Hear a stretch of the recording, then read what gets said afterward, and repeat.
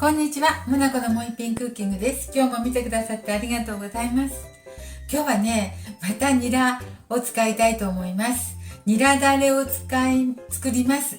ニラだれね、ほら、ラーメンに入れて食べたり、餃子に食べたり、ご飯に食べたり、結構何でも使えるニラだれです。はい、お願いします。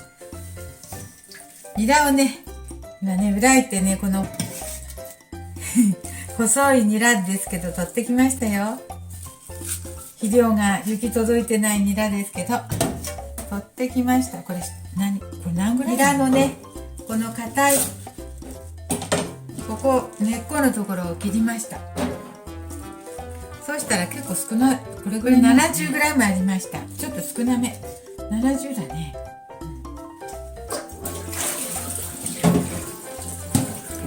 70だからちょっと少ないね。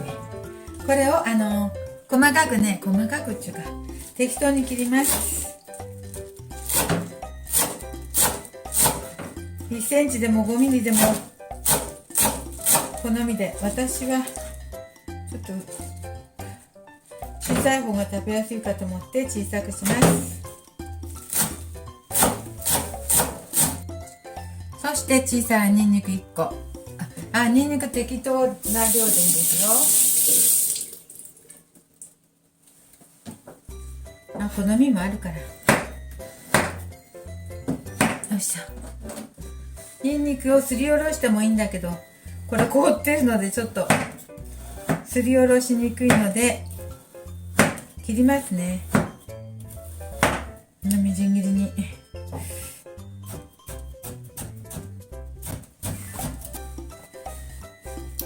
そしたらね、今度はね、ニラとニンニクを切ったので、タレを作りたいと思います。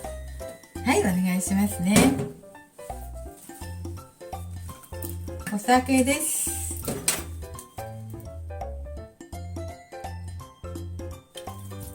お酒大さじ1杯と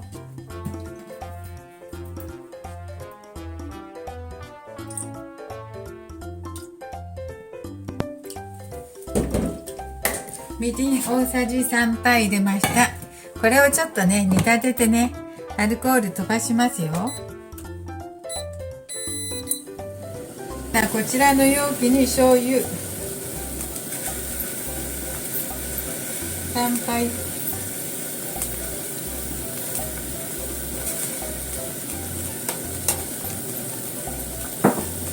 みりん3杯ですね。そしてごま油、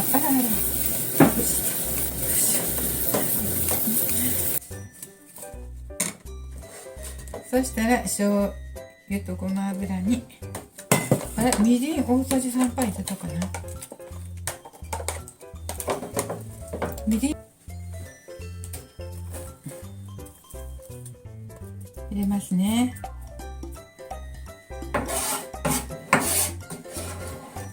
よいしょ。はい、できました。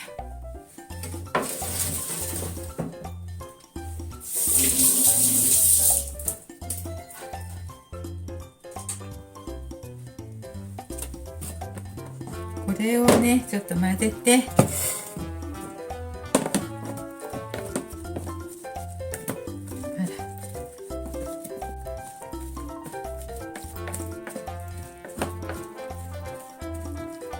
ちょっとニラが多かったね。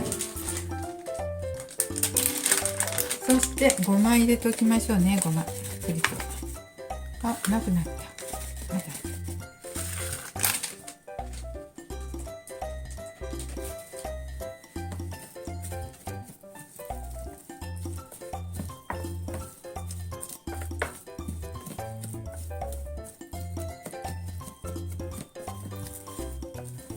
そしてね、半日とか一晩置いていただきますよ。はい、こんな具合です。